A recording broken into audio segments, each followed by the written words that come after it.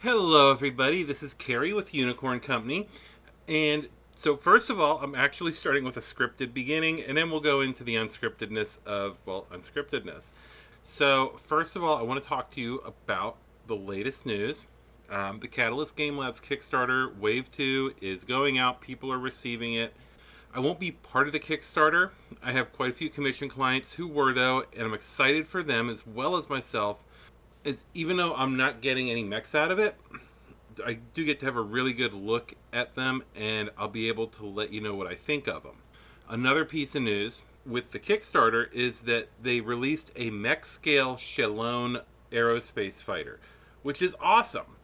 I'm hoping one or more of my clients want some painted because they look like they'll be really cool to work on, and I can't wait to have my hands on it just to see how big this thing is. Like I've seen pictures, but looking at it on in pictures and thinking about how big this thing really is, I'm anticipating this a lot actually.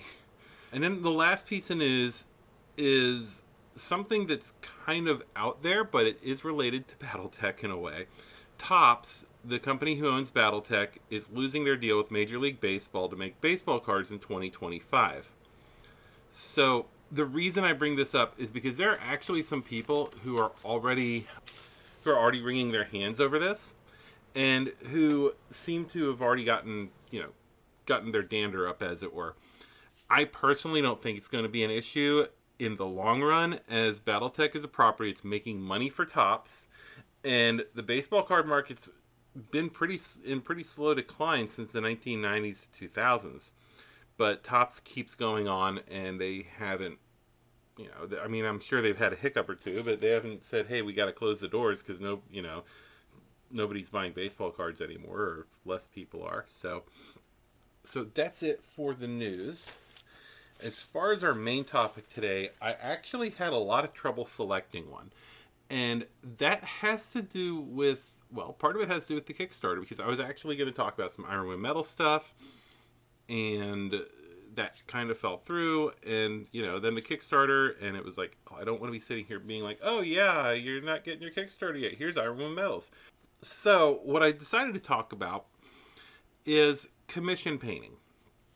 And the reason I'm bringing this up is a lot of you out there are getting a ton of models. Like, I've seen pictures of people with like a kitchen table covered in the new plastics, which cool. You have put a lot of money into this. You have, you are helping BattleTech stay alive. You are helping it grow and reach out. I applaud you. There's a lot of you that are going to have a lot of gray plastic, and some of you are going to want to work through it, which I commend you, and some of you are going to look at it and go, "Oh my God, what have I gotten myself into?" Well, one of your options in that case is to go through a commission artist. And as you all know, I do commissions. I actually talk about that on the show. But I wanted to kind of give you an idea of what to look for with a commission artist. So because personally, I'll be honest, I already have somebody who has Wave 2, all their Wave 2 stuff coming to me, which is a lot of models. And I have a giant one that I'm working on, which is for a game called Polyversal, which is over 100 some odd models. And and then I also have a company of mechs for somebody else sitting on my work desk. So I'm kind of deep into stuff for the next couple months. But what do you look for an artist, or what would I look for an artist?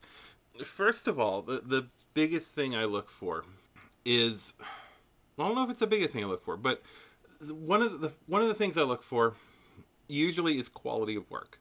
And when I say that, I'm not talking about like Golden Demon level work or Crystal Brush or anything like that. I mean basic, consistent work. If you look at some of their mechs, are there glaring errors? Is there stuff that will make you look at it and go, yeah, no, that's just, there's a giant spot where you can see primer underneath of whatever. So basic quality stuff. The next thing that I look for after you look at the basic quality stuff is, I don't look for them to have had a range of different models, because I when I started, and even now, my portfolio is limited. Like if you look at my BattleTech stuff, yes, there's Clan Steel Viper. There's a few different factions, but mainly what I don't look for a huge range of models or factions, but I look to see if they do other stuff other than just like one color or stuff like that. Now, mind you, you might want somebody that does just Davian, Davian guards, for example, which I have a ton of experience with, but that's because I somehow ended up being the Davian guard girl for like 2 months. It just, it's just how it works. Some artists end up getting stuck with a lot of the same commission, which can get really, really episodic. I don't know how else to put it. Really, it's like the same thing over and over and over. And sometimes you're just like, oh my god, please let somebody come in here and say, I want Clan Wolf. Because all you've done is Davian Guard, or all you've done is Laren Guard for like 2 months or 3 months. Somebody who, let's see, other things I look for. So your basic quality stuff, you're going to look at their models, you're going to see if they have decent work. That's, and see if their style suits you. You want to look at their style. Like maybe you want like super gritty and grungy and nasty looking, like almost like oh god, Plague Bearer level of just rust and chipping and grime, and you want it to look like it's been through the ringer. Or you want someone that does like perfect parade schemes, or you want something a little bit in between. Maybe you want ultra realistic with the painting. Maybe you want ultra like almost cell shaded. So each artist is going to have their own style. They might do some other styles. They might branch out a little bit here and there. Usually they're going to have a style that they generally stick to. And that's true of any artist, regardless of whether it's a commission painter or if it's somebody who does like paintings. They generally have a style or styles they stick to. So, so we're looking at the quality of work, the style of work, and then you want to go ahead and actually talk to them. And there's a couple reasons you want to talk to them. One, you just want to communicate with them. And a lot of times that can simply be, hey, I saw your stuff. I have these. I'd like to know how much it costs to paint. Sometimes they will have a pricing scheme as far as like, this is how much my generic paint jobs are for these models, which is totally reasonable. But if you're coming to them with a batch of work, like be it like 12 models or be it 120 models or something like that, you're going to want to communicate with the artist, especially in those cases, and find out, how much are they going to charge? What kind of turnaround time do they have? Basic things. Look for, there's a lot of stuff that's hard to quantify. But yeah, like one of the things that I've been doing a lot of are batches, are huge chunks of models, like 100 models at a time lately. And I am completely upfront with my customers. It's like, look, here's how much it costs. And, I had a customer who said, hey, can you do Clan Snowraven Alpha Galaxy? Which, if you're unfamiliar with Clan Snowraven Alpha Galaxy, it has feathers. It has white feathers on gray Mechs, which looks harder than it probably actually is. And I was honest with the client. I was like, look, let me do a test model. Let me see how it works out. If it doesn't work out, we'll do something else. But I don't want to do this the first time on your models, because I've never done Alpha Galaxy for Clan Snowraven, and there are feathers involved in this, which, means I have to make this look decent as far as feathers, which feathers are hard. I don't know. So we'll see. It might not be as bad as I think. But yeah, look for somebody who, you can communicate stuff with, who you can talk back and forth to, who you can bounce ideas off of, and who is willing to go and say, look, yes, I've never done that scheme before. I am willing to try it. Here you go. This is my solution. I will do a test model, or I'll do one for free, which is not a usual thing you'll hear from them. If I'm doing a test scheme that I am not sure that I can pull off, then I'm not usually going to do one for free, but I'll do one for like testing, and then live with the fact that I'm going to have to strip the model after I've done it. But yeah, you want somebody who's upfront with you about stuff, not somebody who's just going to go, you go, so can you paint this super complicated scheme that I have not seen on your website at all, or on your Facebook page, or in your portfolio or any of this? And I go, yeah, sure, I can do that. It's no big deal. That's when you kind of have to be like, can you show me? Because that's one of the things that you have to look out for. You do have to look out for people who are overconfident. I understand. There are some people who, a lot of people who are commission painting know they can paint. Some people who are commission painting just don't. Yeah, I mean, I think that's about it as far as what to look for. Now, expectations of commission painting. I know a lot of people go and they'll see these commission painters who usually they're in the 40K fantasy area, stuff like that. They put out work that is phenomenally ultra high detail. Awesome. Battletech does not lend itself to phenomenally ultra high detail paint work. I know there's a guy that did the Warhammer where he totally pushed the contrast to 11 to see if he could do it. And he did. And it looked awesome and cartoony. Not my style. It's not for me. Some people would totally love it, and I get that. And yeah, cool. I understand that. But Battletech, in my eyes, lends itself to almost like a mix between pulp sci-fi and historical as far as the look. So dirty, not quite like super grungy, but a little wore out. Things shouldn't look like they're brand new or anything like that. So, I mean, a lot of your artists are going to be like that, though. Even if you look at the camo specs guides, there's a lot of bright colors involved, but it's not like when you get into 40K and you get into the crystal brush and stuff. So a lot of times what you're going to be expecting from a commission painter is not one-off pieces that are really awesome, but armies that look good together. Like a group of mechs that look good together, not so much a bunch of individual mechs that look amazing. Pricing is going to reflect this. The time that it takes is going to reflect this. The next thing, as far as expectations from commission painting, is a lot of these people that are doing commission painting are doing it in their spare time. Most people who commission paint are not full-time artists. And even if they are full-time artists, commission painting is probably not paying the bills. It's probably like sculpture or big pieces of art, stuff like that.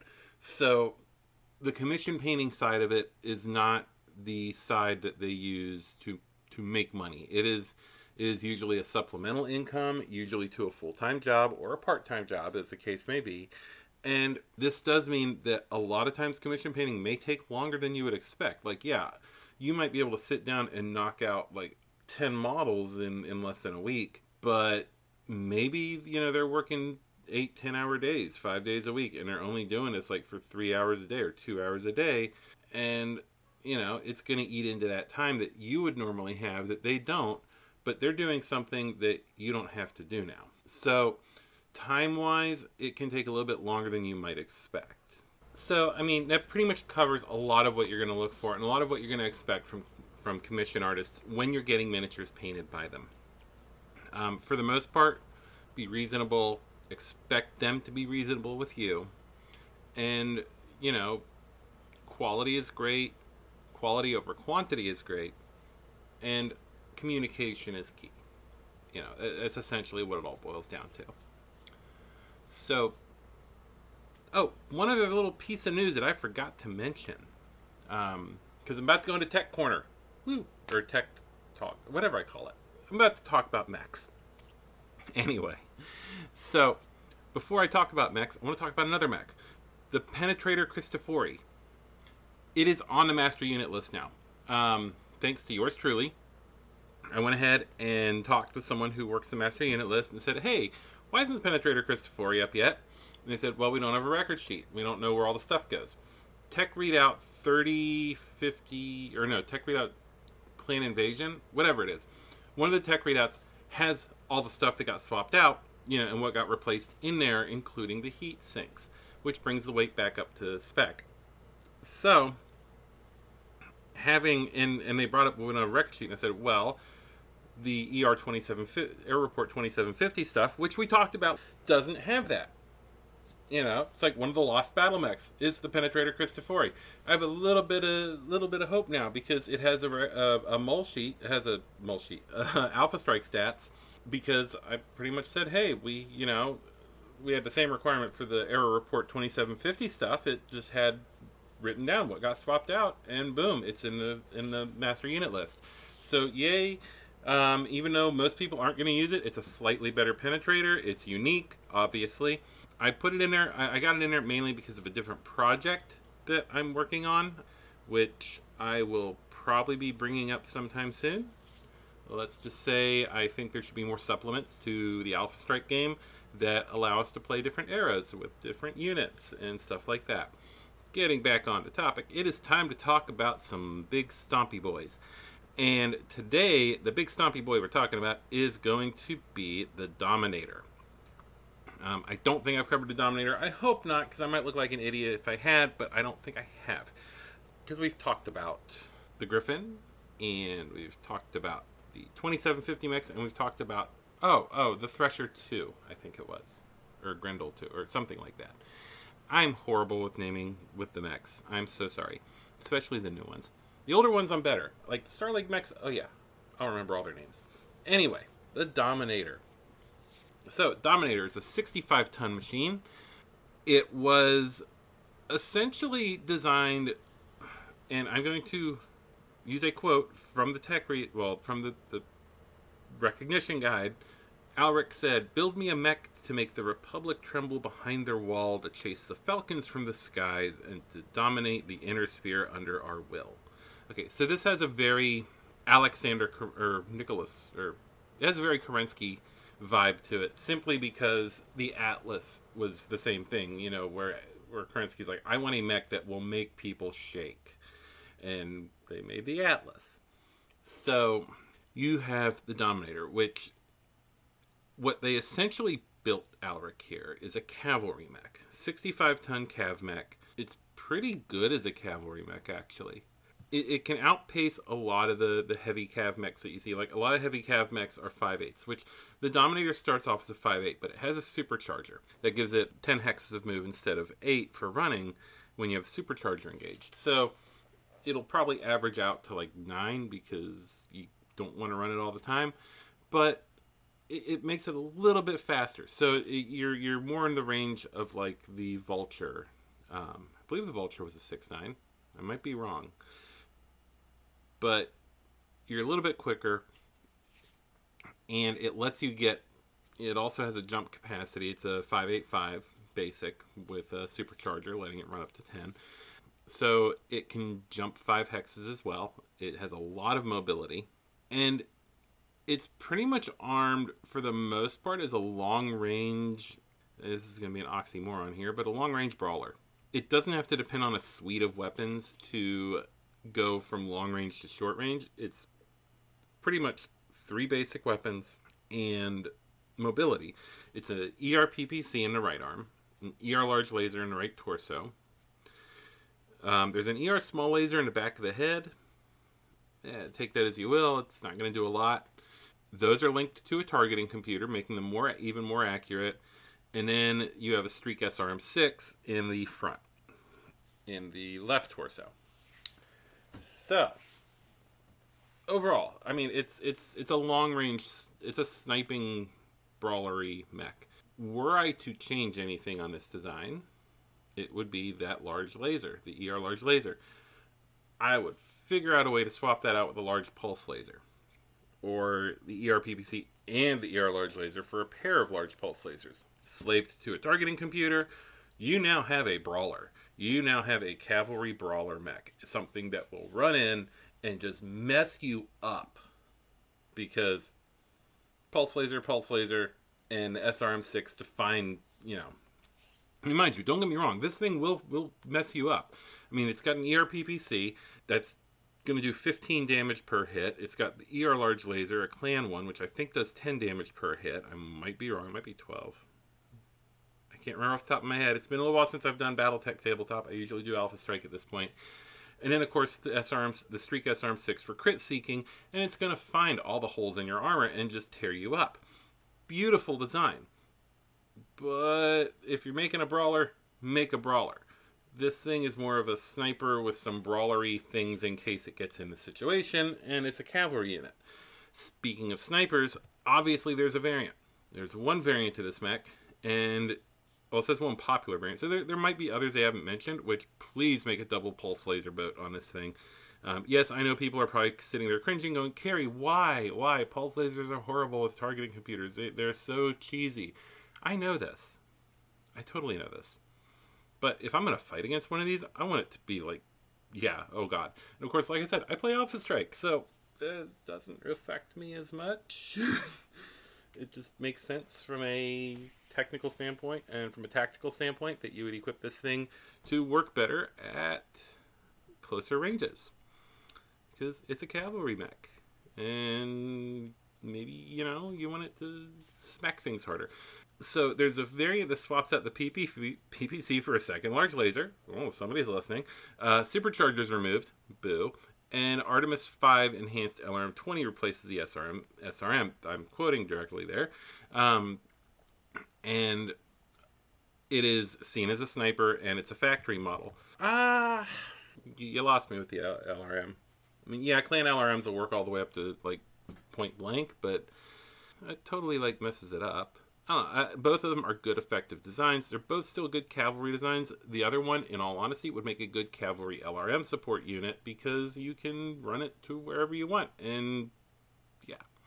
Kind of like the Osprey, except not as direct fiery. So, let me go ahead and I'm going to run down to the record sheets and see what we're looking at as far as if there's any other variants. Maybe they did what I think and I didn't realize it. I kind of skimmed through the record sheets with these. So after taking a quick look, no. They did not do what I had hoped they did and made a pulse laser boat. But, god dang.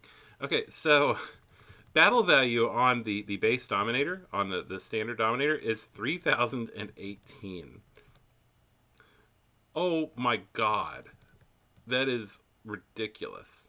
I mean, mind you, though, you've got a lot of stuff going on there. And it just seems really high for a mech for me. And mind you, it's been a while since I've messed with these, But yeah, 3,000 for a 65-tonner when you got, the Hellbringers coming in the 2,400 range and stuff like that. Ouch. Also, a little side note. The Dominator, which was... Blaine Pardo was on a different podcast, and he talked about the Dominator. And apparently, its original name was the Dominatrix. And they were worried that there would be too many Dominatrix-related jokes. Dang you, Blaine Pardo. Anyway, so that's what we're looking at as far as the Battletech end of it. Let us take a look at the Alpha Strike and see if this thing, prices out a little bit better, because Jesus, 3,000 BV, that's like clan assault, that's like 3050 assault mech type stuff. Yeah, let's take us a look over at the Alpha Strike side of this thing. Okay, so this is a place where Alpha Strike and Battletech, there's a big divergence. So the Battletech primary standard Dominator is, like I said, 3,000 some odd battle value. It's pretty high for a 65-tonner. The standard Dominator in Alpha Strike, Battle Mech size 3, target movement modifier of 2. That's standard. Movement of 12 with the 10 jump. Roll is Skirmisher. Damage values are short 4, medium 4, long 3. No overheat. Armor of 7, structure of 4, case, and a rear of 1-1 nil. Small laser is really effective in Alpha Strike for the rear. Point value on it is 44 points. So in Alpha Strike, which makes sense, it's more fitting for its point value is more fitting for its capabilities. When you go to the Dominator 2, it is Battle Mech size 3, target movement modifier of 2, 10 jump, sniper, short, medium are 5, long is 4, so it hits even better. Overheat of 0, armor 7, structure 4, that stays the same. Specials are case, indirect fire 2. Nice. Rear 110. Point value is 51. Also very fitting with its capabilities. Because Alpha Strike prices things based on like raw capability, not on like, it's hard to explain. It's a completely different pricing system for Alpha Strike, and it's way more fitting for the game, for its game. Battle BV2, I appreciate it, but sometimes it like just really puts you through the ringer on points. And other times it doesn't. Like I don't think the Dominator is worth $3,000. Like I really don't. I don't think it's worth $3,000 in BV2. I do think it's worth 44 and 51 in Alpha Strike. Here's the really funny part. If you go back and look at the BattleTech record sheets for the Dominator, 3018 BV for the standard Dominator. It's 44 points in Alpha Strike. The Dominator 2, which is actually 50, I just said it, 51 points, is 2906 in BattleTech. It is in BattleTech, the LRM and the speed are valued down, whereas in Alpha Strike, because of the raw damage output, counters the speed, the slight loss of speed, it's valued up higher. It's 5 points, or no, 7 points higher than it's, I want to say 7 points, but yeah, it's a higher point value than the standard Dominator, which is kind of funny. But it's also more capable. Oh, excuse me. It's also more capable than the Dominator, the standard Dominator. But something else with this, as far as the Dominator, it does have a, make sure I'm not sticking my foot in my mouth here, it does have a actual physical model. If you go to ironwomenmetals.com and look up the Dominator, yeah, it was one of the new releases recently. It is a $16.95 miniature. The miniature looks like almost purely identical to the artwork. I give them a ton of credit here because this is, it's a very good looking miniature. I have not had a chance to get one yet. It does have a model out there, and it is available at Iron Women Metals. The item number is 20-5187. It's the Dominator Standard. And like I said, it costs $16.95. You can also probably get it through other places like Ares or Fortress or stuff like that. Which, hey guys, if y'all looking to sponsor somebody. But anyway, so, that pretty much covers the Dominator. It's, like I said, it's a good cavalry mech. It's not what I would expect on some of the equipment. And, the Dominator 2, yeah, it's, didn't mention that. So the Dominator 2 adds an ER medium laser to the right arm as well. It has an LRM 20, which hopefully, looking at the model, like if you want the Dominator 2, especially in Alpha Strike, since it's arguably a better mech in Alpha Strike, the Dominator 2, it doesn't look like it'd be that hard to add a medium laser to the arm, a medium laser with the arm, and that SRM rack looks like it'd be interesting to swap out for an LRM rack, especially a 20. I don't know. You could figure out a way, or like do 10 holes and claim it shoots twice or something. I don't know. I think they did that with some mech, and I can't remember which one it was. Was it the Atlas? Might have been the old tech readout 3025 for the Atlas, because I think it had like 5 tubes and it would fire 4 times or something. But yeah, so you could easily like swap that out to make it into a 10 tube or possibly 20 very small little launcher tubes with some green stuff and some patience. So, because I don't know if that little plate is a separate part or if it's a actual molded in there. Because if it's a separate part, you can get some green stuff and go to town. So anyway, that's pretty much it for today. And I don't know what I've run out to now. Oh, we're at 35 minutes. Yeah, that's pretty much it for today. So, I hope everybody is getting their new toys and they're enjoying them. And if you need them painted, look at commission artists. If not, in 2 weeks, I'm probably gonna be talking about options there, or maybe I'll like throw in like a little sub episode or something. Like, hey, what to do if you're looking to paint your stuff and not get it commission painted, and how to do that. Because, like I said, the people who, oh, I gotta stop saying that too. But the people who are out there painting their own stuff and soldiering through it and making it work, big props to you. You're doing a good thing. And if you feel like you need a commission painter, don't feel like, oh, well, I can't paint. No, it's just you have 100 and some odd models. Even a commission painter, when they get when they get 100 and something models in a commission, are going to be like, "Ooh, let me sit down and do this.